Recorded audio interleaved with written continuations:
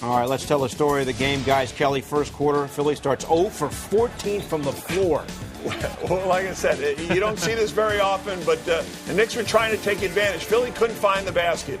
The Knicks came out, with a good ejection as far as what they wanted to do to try to get people involved. And then Tyson Chandler, real good job blocking a couple of shots down low.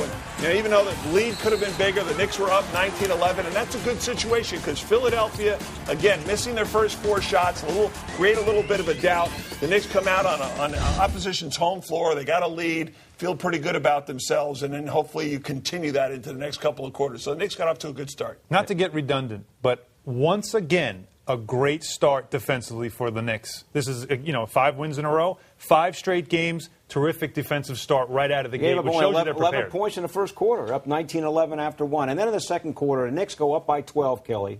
And this is what has typified this team here of late. Philly gets very close, but the Knicks are able to hang in there and actually end up leading the half by 8 points. Yeah, the second quarter was more about runs, and certainly Philadelphia knew after their start that something was going to happen positive for them, and they finally got it going, started playing a little bit of defense, and they got going on an 11-1 run.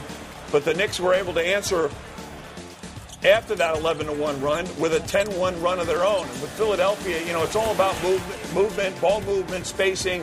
They start knocking down some shots. They got to find some confidence somewhere. But the Knicks keep answering, any kind of run that Philadelphia have. Amada Stoudemire, real good job taking it at the defense. They answered with another 5-2 run of their own. So it was back and forth, but certainly the Knicks felt comfortable because they were in the lead at halftime, up 8.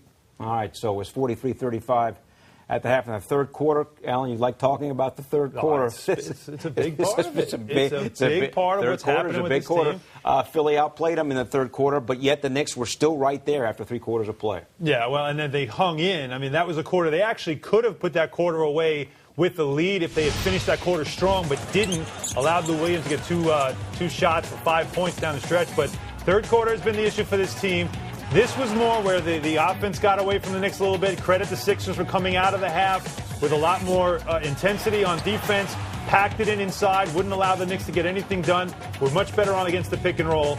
And, this wasn't a pretty quarter for either team, but the Sixers really did get it going. The Knicks did have a couple of baskets here, and they had a chance to really put this quarter away strong, Kelly, I thought, but weren't able to. And then those 2 shots by Lou Williams made it very close going into the fourth quarter. Yeah, when you're on the road, you got to try to step on people's throat. And certainly, Philadelphia has that ability to knock down threes with guys coming off the bench, whether it was Lou Williams or Jody Meeks or somebody like that. Guys that are used to scoring, but the Knicks wouldn't allow that and probably end up the reason why they won this ball game because they did not let Philly ever get ahead. Obviously, they got the 2-point lead, but never really let them go. Yep. Yeah. All right, so the Knicks, despite all this, are up by 1 after 3, and then Kelly, it was a drag out, physical final 12 minutes, back and forth, and the Knicks were able to really turning back the clock to the 90s, yes. And the Knicks were able to hold on. They made plays. They made plays at the end. They had a little help from Philadelphia as well. But when you're on the road, you got to make big plays and silence that crowd. And the Knicks made big plays. Ball movement. Melo had missed a layup.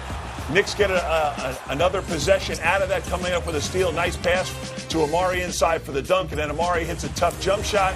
One-on-one situation against Elton Brand. That was used because that just continued his confidence. And Jeremy Lin changing direction behind his back, takes it right at the defense, finishes with a layup. Then he throws in all those free throws, 10 for 10 in the fourth quarter, making plays on the road in a big situation. The reason they won this game.